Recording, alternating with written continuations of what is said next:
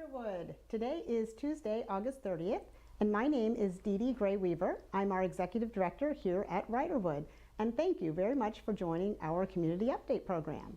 I'm excited today that we are joined by Finance, so we have Andrew Ferriulo, our Director of Finance. Hey, Andrew. Hello. And we have Jason Healy, our newest member of the finance team there, our Assistant Director of Finance. Thanks for coming. Thank you. Great. And then we have a special guest who will be zooming in today, Scott Monfils from Dining. So before we get started, really, let's dive into the COVID numbers. We always like to share where we are on campus. So we'll start this week. We have residents, 15 residents who are positive with COVID. That is up from 8 last week. 2 of those residents are in independent living, 13 are in continuing care. And it seems like a big uptick in continuing care. Really, it was one particular neighborhood that that drove those numbers up. So with the residents side too, just to let everyone know, most people asymptomatic or doing very well. So that's status. And then on the employee side, we have a total of 11 employees. 5 in independent living, 6 in continuing care, and that's actually down from last week where we had 15. So if we take a look at the charts there, our charts are doing some flip-flopping weird stuff. We look at the resident cases there, you can see CC then flipped up a bit and independent living coming down. And then if we look at the staff side, you see IL coming down and CC going up. And then combining all that together, we have that weird little uptick there for the past couple of weeks. But again, overall, I think we're managing it well, keeping to our protocols, and luckily not seeing really any severe illness from it. So that is good. So let's see, do we have Scott on via Zoom? We will let you go first because I know there is a lot going on in dining. Just want to make sure I can see you there. Hi, Scott. Oh, we cannot hear Scott. Oh, boy. Hopefully we can get the audio going. While we work on that with Scott, I have an announcement to share with the community here. We have very good news. I think everyone was wondering after Jeff left, and Jeff gave, I think, more notice than anyone in history gave us. He was very focused on making sure that the dining program was managed well, and he worked very closely with Scott to do that. So I am very pleased to share that our new dining director at Riderwood is Scott Monfils. Yeah, that's exciting. Yeah. So Scott, congratulations to you. Let's see if we can hear you now. You can? Oh yeah, we just need to turn the volume up a little bit, but at least we've got audio.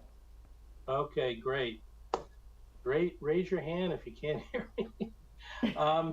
So yeah, thanks for the congrats on that. Much appreciated. I'm excited to be in the new position.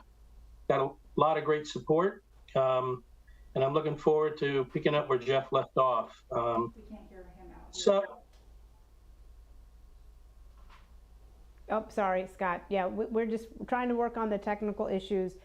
I think they can hear you live. However, in the studio, we are having trouble hearing you. Okay. Okay. Well, why don't we do this? We'll chat while we sort that out. Scott, if you can bear with us, hang in there. We'll round back to you in just a moment. So continuing along, so Jason, welcome to Riderwood. It's been a little while now, right? Yeah, I came July 5th was my first day. Excellent. Yeah. So, and you, it's funny, talking with Scott in dining. Yeah. You came out of dining as well. I did. So I've been with Erickson almost 5 years now. I came into the company in dining, and I came here from Green Spring, which is in Northern Virginia, as the dining director, and I came here in the assistant finance director role. And best of luck to you, Scott. It's been a heck of a couple years in dining. Thoroughly enjoyed the team there and really enjoyed working with the residents. Actually, Green Springs is a little bit close to home. My grandfather was one of the original residents to move into Green Spring. Oh my gosh. So for 17 years, he was at Green Spring. So I got to really experience Erickson and Green Spring as a family member. And so he was in every level of care that Green Spring offered. I got to see the community actually be built. Since he was in the original buildings, and to see the Clubhouse 2 and 3 and the chapel and CC all be built during that time. It was really great. It was kind of odd that I started working there after he had passed, and finding out all the relationships that he had with staff and residents. Some were great. Yes. Some I got to see another side of my grandfather. So I actually had a staff member who I believe he proposed to a couple times. She was a big fan of his, but never said yes. And then also I got to meet several ex-girlfriends, which was extremely awkward, but it was different, and it was great to learn about him and experience him from a different perspective. And you know, I greatly miss the team and the residents there, but I am so happy to be part of the finance team here. Andrew and the team have done great at welcoming me in. And of course, getting to start during budget season, is hitting the ground running, and just really enjoying it, and had some great interaction so far with residents here, and have really enjoyed the conversations. That is so great. Well, we're very glad you're here. I received the signal that I think our technical issue has been resolved. So if we can go to Scott at this point, let's see if we can hear you. Hello, how are you? Hi, Scott. Yay, you are here, almost like you're here with us in the studio. So you're loud and clear. Pretty loud and clear there. So anyways, thanks again for the congratulations and you know, for the opportunity. I'm really looking forward to picking up where Jeff left off. You know, there's a lot to do in dining, as Jason will attest. It's a never-ending kind of Ferris wheel kind of thing. You know, but I'm looking forward to a couple of new ventures we have. But I am going to give some updates today. A couple of things I wanted to start off with is we're making some changes with the store temporarily, I believe, due to a couple of things, staffing primarily, but the store hours are going to change until further notice, and that will be, the Robin's Nest is going to be Monday through Friday, 9 to 5. It'll be closed Saturdays, Sundays, and holidays.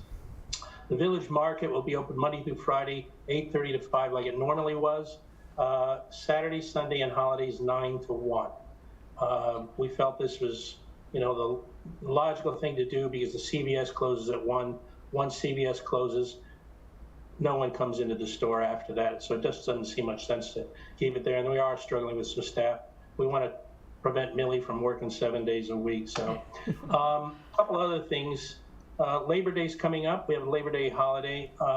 We are in the process as we speak of fixing the reservation program because, as you know, reservations on Monday were always before dinner. So we had to alter those to accommodate the Labor Day hours. That'll be done will be done within the next hour. So my apologies for any inconvenience that created. You know, there's other things going on. Catering is really starting to boom quite a bit. I just want to remind everybody of the process of how to set up catering events or PDR events. The PDR, you go to email it. A PDR, you go through a email address, PDR private dining rooms at erickson.com. That will go to Ramon. Ramon will get back to you as quickly as possible, keeping in mind he is off a couple days a week. And then he's also the one you'll contact for any catering, memorials, etc. But again, those are getting really busy, so contact him as soon as you can when you know about your event. What else do we have? A couple of exciting things. We've talked with a lot of residents, and there seems to be the general feeling we want more large tables or access to large tables. And during the transition from the repositioning for the two venues we've done so far, Overlook and Seasons, we actually lost some tables in that period. So it does appear that there seems to be the need for larger tables. So what we're going to do is each of the dining rooms, with the exception of Windsor, because Windsor already has about 9 large tables. In the other 3 dining rooms, we're going to add a large table of 6. And that can be available for walk-ins. Now, let me make that a little clear. That doesn't mean at any given time you'll be able to walk in with a walk-up 6. You will have a wait for those parties. But we are going to add an additional table to each of those venues. So that's something that's exciting. You asked, we heard, so that's kind of how we felt we would accommodate that. The PDRs, we also heard that a lot of people wanted those to be kind of spruced up. We wanted to put tablecloths on those. So there is an option for tablecloths now in the PDR when you book your PDR. The only other thing I wanted to touch on is the Hilltop. The Hilltop, pretty exciting. The Hilltop will be opening on the 1st. We'll be opening for lunch and dinner. It will open from 11:30 to 2, and then reopen at 4 to 6:30. That, for the time being, is going to be a dine-in only venue.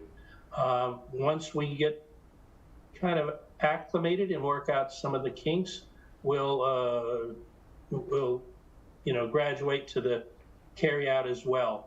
The menu, I think you're going to be really excited about it. We have everything from crab cakes to Asian fusion bowls to flatbreads to pizzas, chili, creme brulee. We have a lot of exciting things there, and I think it's going to be well received. It also is going to be, initially, we'll have a host seat you as opposed to like the cafe where you walk in and take a table. We want to do that just to create more of a streamline of all the residents coming in, because it is going to be much like the regular dining venues where if you're a party of 2 and the only table available is a party of 4, we're going to ask that you share it with another resident. There's also a large community table for those of you who haven't seen the Hilltop yet. Large community table seats about 11 or 12, and that's going to be the kind of thing we're going to just sit everybody together and we're going to have a social environment, and everybody will love sharing food. So those hours, as I said, are from 11:30 to 2 and from 4 to 6:30. When that happens, we're going to transition Windsor to the Maryland Hall. That will be, as we stated in the previous memo sent out, it's highly recommended that you get reservations, because the size of that dining venue will decrease a little bit from the Windsor dining room. Windsor dining room is the largest dining room on campus. So we're going to lose some seats going down into Maryland Hall. So I would highly recommend reservations for that venue. There also is going to be quite a few large tables down there, whereas in Windsor we had, I think, 7 or 8. Down there we're going to have 9 or 10 large tables. So there'll be a lot of community dining, so to speak. And then I guess the only other thing, just keep in mind that it is the steps you're going to have to encounter and the elevator. I would also recommend people using the elevators in Charles Terrace and King's Court to get down there as well. But I would recommend you allowing yourself an extra 15 minutes to get there on time. And that's really all I have for dining. Anything else you want to go over, Dee Dee? I think we're good. Good, awesome. Well, thank you so much, Scott. Great updates. Very, very exciting about Hilltop coming online. And I know you've got a special treat planned for Windsor as we say farewell to Windsor as we knew it. I know near and dear to many residents' hearts. So got something special planned there as well, which is wonderful. And I love that you're able to respond to the requests from residents around having some larger, 6 top tables. So that is great as well. You guys have any questions for Scott? No, just congratulations, Scott. Yeah, congratulations. Absolutely. Thank So you. well deserved. I'm just as excited to be on here to hear somebody say Andrew's last name, so I don't ask him before I butcher it. So Andrew Ferriulo. Yes, it took a little bit. Takes some time. It does, but you can get it. You can get it. Keep at it. That's right. yeah, I'll All just right, turn well, it Scott, along. I know you've got a lot to work on to get ready for Hilltop and Windsor and all that stuff. So thanks for all of your hard work. Congratulations again. Thanks again. Have a good day. All right. Okay. Thank you.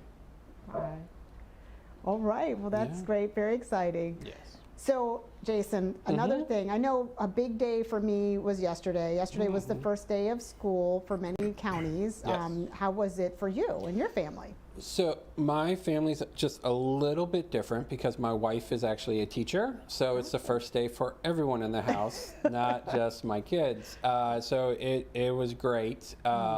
So my youngest is going into started first grade. My oldest is in fourth grade.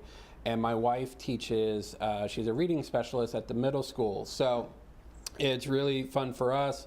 Andrew was great. Let me come in a little bit late that day. So I live about a 5-minute walk to my kids' school from our house. So we walked to school, we dropped the kids off, and then I got to walk my wife up the hill because her middle school is right up the hill from the elementary school. So I dropped her off at school on her first day. It was great. Nice.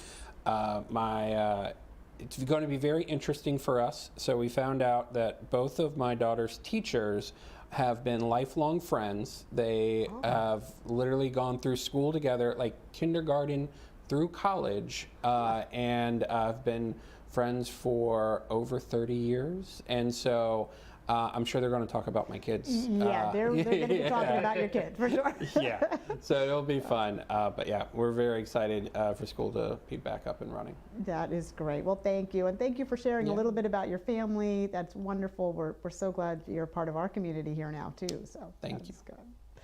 All right. Well, so Andrew, I know that with the director hat there and being budget time, this is like the most exciting time of the year for finance, Sure. right? Like Christmas for us, right? No.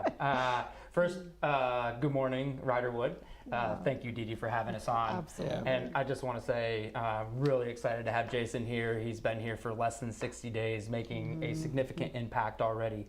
He brings that financial operational aspect for 5 years in that world and can just help make us even greater here at Riderwood. So I wanted to call that out. So That is so true. So yes. true. So we're excited for that, and we're going to continue on that journey. Yeah. So we talk about impacts, right? And we've all alluded to this. What is happening in the finance office right now? So we are right now in the thick of budget. This is about a 4-month process. We work through our capital expenditure process starting in July, and we overlap into our operating budget process.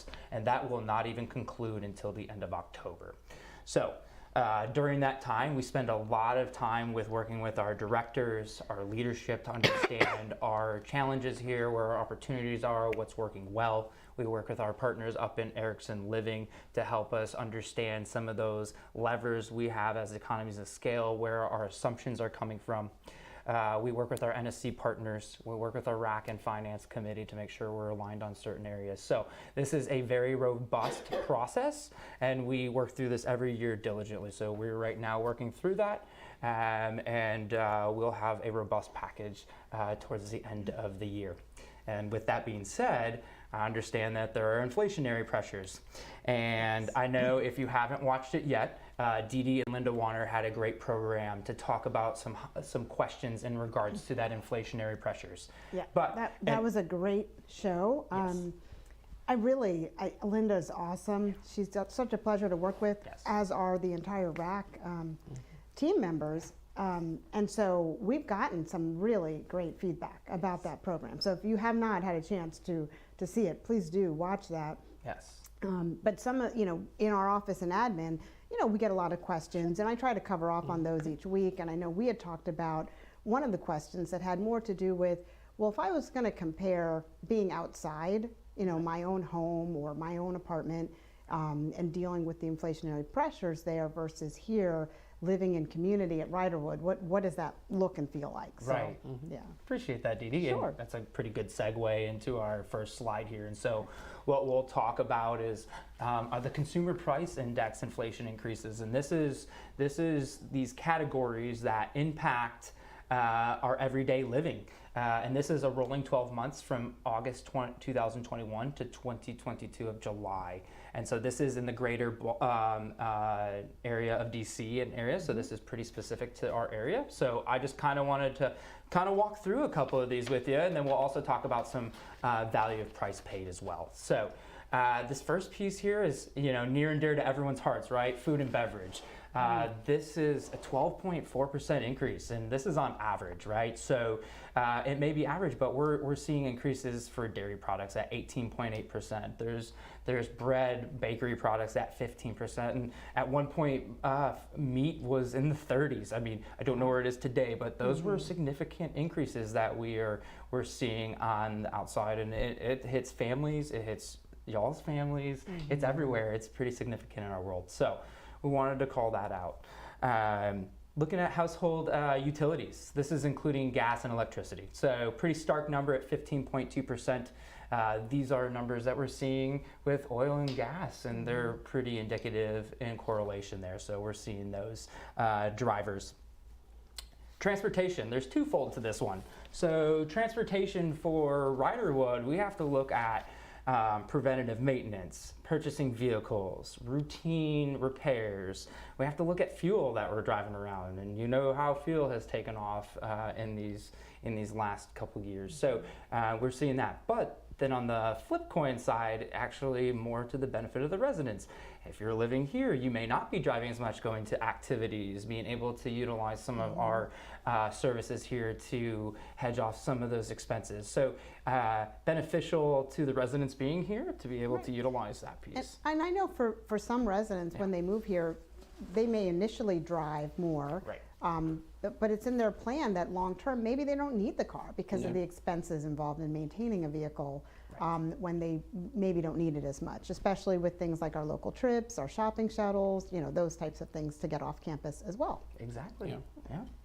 So we'll go back to the slides. Medical care. I think this is across the board. Everyone is aware, 8.8% that is increasing. And then the last one here. This is not a CPI number. This is not a consumer price index number, but I wanted to call this out. I understand we are contractual in type C here, but to provide some type of correlation to what living expenses are on the outside world for rentals, they've gone up to 23% over the last 2.5 years. Oh my gosh. Extremely exuberant. So I wanted to call that out just to understand where the market and where things have been going.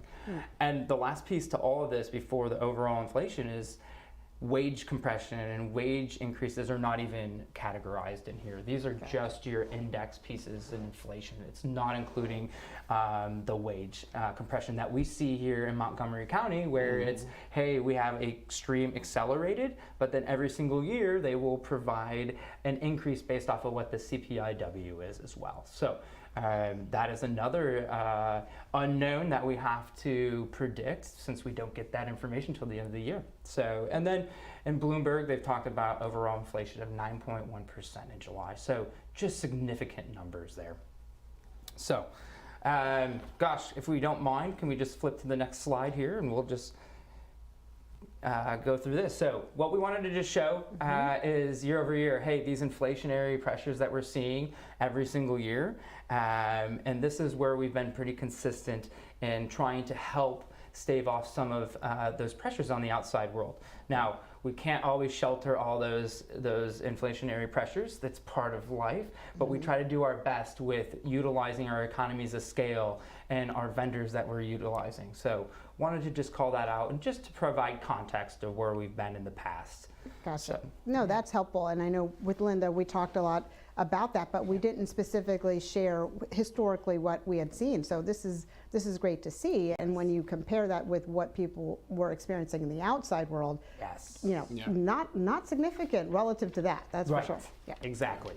So showed you some inflationary pressures, showed you what the historical looks like, but let's go to what that value per the resident is for the cost. So if you don't mind, can we flip to the next slide at the cost per resident day for me? Right.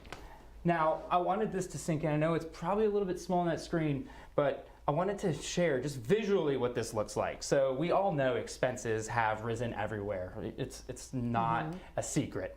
But I wanted to portray this. So I have referenced for our industry median cost per resident day from the state of senior housing for our median markers.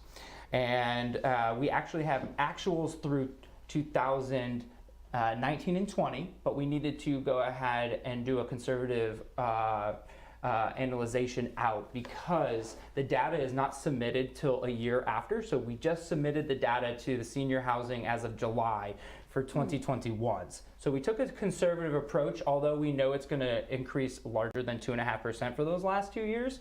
But I wanted to just kind of show you where we stand. So the blue line is the industry. When you head down to the green line, that is Riderwood's cost per resident day, and then Erickson right below it. So as you can see, we still have a power play in the value of how we leverage our economies of scale, providing that mission and margin to our residents while we're working through this. Right, and so and just to, you know, for lay people here like sorry. myself, Yes. just to kind of make sure that everyone's following us, when we talk about cost per resident day, we're basically trying to bake in all of those expenses annualized out over the course of the year that we incur. Right. Just, you know, and how many residents do we have? And that's how we figure out what does each day, you know, kind of cost. And the thing that I see that's very interesting by this is that big gap between Erickson type communities and the industry as a whole. And I think that speaks to what you're describing, which is we are so large, we're able to leverage our size in terms of our pricing and our buying. We talked about that a little bit with Linda. And in addition to that, we manage things so well. I think it's that understanding of how do we really get the most out of our residents' money. We're very fiscally responsible here. And I do just want you to share a little bit about why do we see Riderwood, though, still a little bit higher than Erickson as a whole. And do you want to talk about that at all? Yeah, I mean, we're a larger community. We have more absorbed costs. We're a larger and we're a purchase community, so a little bit different in that sense. So it's a little bit cheaper to run a community that's just startup as you continue to grow, and we are the largest, right? So we do incur and absorb a lot more cost to run this organization. But even when we are higher than Erickson, if you continue to look at the industry, we are still holding steady here in a good place. And also, too, you got to remember when you're looking at the Erickson number, that involves Kansas, involves parts of Texas, Yes. Thank you. Yes. Detroit. So a lot. Sorry, Andrew's originally from Detroit. So it's a little bit. You know, it's regional. yeah. The DMV is an extremely expensive area to live in, and it's actually very remarkable to see when you're comparing some of those areas in the industry and in the country, how we're able to maintain that amount. And I don't want to put a dining hat back on, but I can tell you, being involved in that purchasing, the fact that when we are making these deals from procurement and purchasing, we're using the entire size of our industry, and now we're, I believe, the second largest Yes, we CCRC in the country. So that gives us a lot of power to negotiate deals. And I could say 20 years, I'd never seen some of the contractual arrangements that we had in Erickson. Even when I worked for Hilton or other large corporations, it's really a value for price paid. That is awesome. Thank you. And just to tag onto that, if we could just go to the next slide, it kind of goes through that. So even though cost per resident day is there, you can see on average that our independent monthly service package comparison to the average on the outside world. So you can see continuing care retirement communities on average 2022 is at $3,911 on average per month, whereas Riderwood runs at $3,107 on average per month. So not only on cost per day, but on the independent living side. So you can see all this, it's that balance of mission and margin that we're trying to provide here. Absolutely. And that is one of the great things I think about being here is you really do get a tremendous value for your money in terms of those options. And that's why I think our sales team has been very busy delivering some great numbers, and a big thanks to our residents because we get many referrals. Individuals, residents who live here and love it and just really see that value and therefore share that with friends outside who may be ready, or maybe they're ready and they don't know they're ready. And so our residents, their friends, help them understand you really are missing out if you don't take advantage of the lifestyle that you can have here. So it's a great thing. That's great. Well, thank you, Dee Dee. That's all I had to share today. So Okay, very pass it good. back to Well, you. thank you so much. Appreciate you both sharing that. And so at this point, I think I'll just do a few updates, and then while I do that, you can think about anything you might want to close with, and I'll come back to you for that at the end. So I want to give a quick update on the Benevolent Care Fund campaign, which has come to a close now. And I have great news to share. We exceeded our goal by 13%. Wow. Which is amazing. So we brought in a total of $401,621. Amazing. Our residents are so generous here. And even in light of all of this with what we're seeing from an inflation standpoint, they understood the need. And we do have more residents who might be in need of Benevolent Care Fund soon. So that was really great. And I really want to also call out a special anonymous resident who had offered a match. So you may have heard Maria Agigian talk about how we had a match up to $60,000.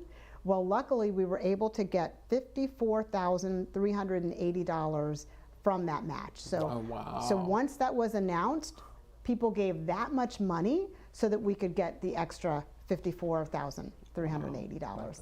Incredible. So that's really great news. And really just a big thank you to all of our residents for that. And then coffee and conversations. So last Tuesday at 10, we had coffee and conversations. It was held in Village Square. And I first want to apologize. We had some technical difficulties, and we had planned to air the community update show that Linda hosted with me at that same time, so that if folks were at home and tuning in, they would have that show instead. But there was a technical difficulty there. So in any case, the coffee and conversations was a hit. We had a lot of residents there. It was a nice casual setting in the Fireside Restaurant.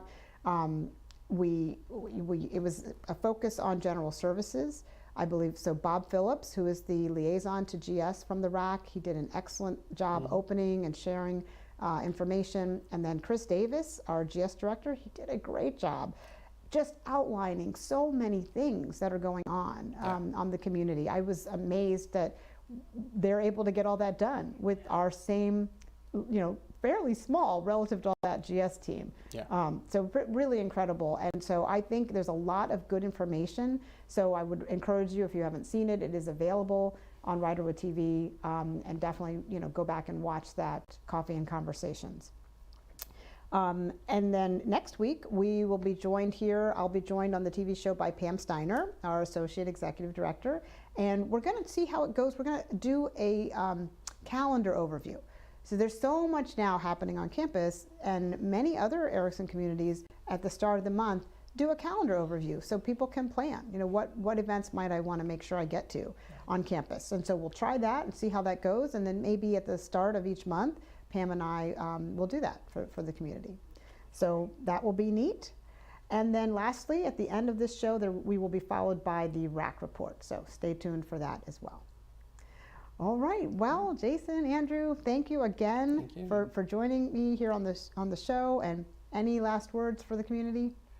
We're fully staffed. I'm really excited to have a full team, and That's great. we're just excited to move forward. So thank you, Dee. Oh yeah, that's a wonderful benefit. Well, staffing, right? That's what we're all about. Yes, I just say thanks to everyone I've had the pleasure of working with so far, and got to meet a lot of the leadership here at Riderwood during this budget season. Great conversations. So very happy to be here, and just thank you to the residents too that I've had the pleasure of interacting with. Excellent. Well, thank you both, and thank you for tuning in, and have a great week.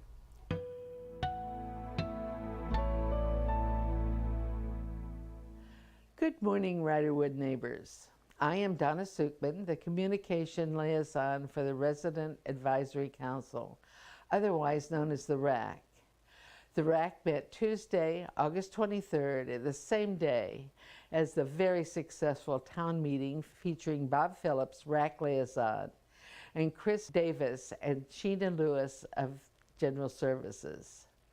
I don't know if it were a better publicity or the popularity of General Services. I suspect a combination of the two, but the turnout was spectacular. Do not forget to mark your calendars for Tuesday, September 27th, for the next RAC admin town meeting. It will be held at Town Center. The hot seats will be filled by the ever-popular Bob Boger and Resident Life Director Fiona Devechka. I wager you will have plenty of suggestions and questions for them. Dee Dee Gray-Weaver and Pam Steiner gave administrative updates. There are still a number of staff openings to be filled, and the administration is striving to hire qualified staff for these positions. There was a discussion of traffic-related concerns here at Riderwood. These include contractor trucks blocking parking spaces or actually parking in a resident's assigned space, speeding by residents as well as employees and contractors, and people not stopping for individuals in crosswalks. Security has begun to enforce traffic regulations. Hilltop Table will open September 1, and Windsor Restaurant will move temporarily to Maryland Hall as the Montgomery Station Phase 2 construction begins. We anticipate the opening of the new facility with its new menu and style will go smoothly. Also, admin is looking to the possibility of residents having charge stations for their electric cars at their individual parking places. After Dee Dee and Pam left the meeting, we heard reports from the liaisons to the various committees. We have surpassed our goal for the Benevolent Care Fund. We raised $401,621 thanks to a generous matching bequest. This is 113% of our goal, and 1,097 residents donated. Thank you for all that you have done to help this campaign be successful. The DIG committee saw schematic drawings for our new patio behind Montgomery Station. It will include sails to offer some shade. The plans for the new recreation area near the tennis court were reviewed. Some of the work is currently underway. The Chesapeake Room is now ready and can be scheduled for meetings. The Arbor Ridge project is scheduled for 2023. The communication survey to understand where residents are getting their community information updates is complete. A memo to all residents announcing the launching of the project will be stuffed in cubbies around September 1st. Then a member of a call to community will begin contacting residents to conduct the survey. These calls will continue through the month of September.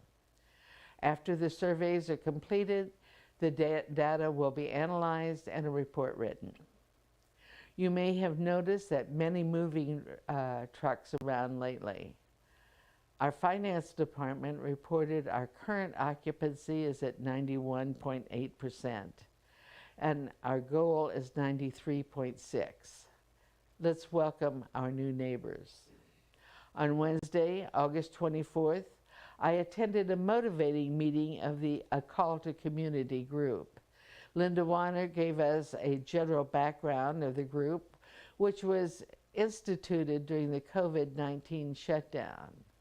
It was designed to forestall the negative impact of isolation and create a sense of neighborliness. Pam Steiner discussed the onboarding program for new residents. Fiona Devechka discussed the staff role in Welcome Home. This includes a checklist to ensure the apartment is functioning as a well-run home when our new neighbors move in. I discussed the survey and the individual responsibilities for people conducting it. Linda ended the formal presentation with a quote by Coretta Scott King. "The greatness of a community is most accurately measured by the compassionate actions of its members." Then we adjourned for individual conversations over snacks and drinks. People volunteering for A Call to Community are a real gift to all of us. It is time to think about giving back to our community. And one way we can do this is by volunteering where we are needed. The diversity, inclusion, and belonging group needs volunteers. We are a caring, diverse community and want to ensure everyone is included. The RAC has formed 2 ad hoc committees, one to study the need for a dress code in our restaurants, and one devoted to civility here at Riderwood. You may volunteer to join any or all of these groups by filling out a form and submitting it. These forms are available at the front desk of each clubhouse. Return the fill-in form to Resident Life Box at the front desk. I end this report with a quote from Catherine Mansfield. Make it a rule of life never to regret and never look back. Regret is an appalling waste of energy and you can't build on it. It's only good for wallowing in. Let's look forward to a wonderful Labor Day weekend. And remember, September is Pavarotti month at the Opera. We kick it off with a Ron Howard documentary about his life on Friday, September 2nd at 1 o'clock at the Encore Theater. Enjoy. I'll see you there.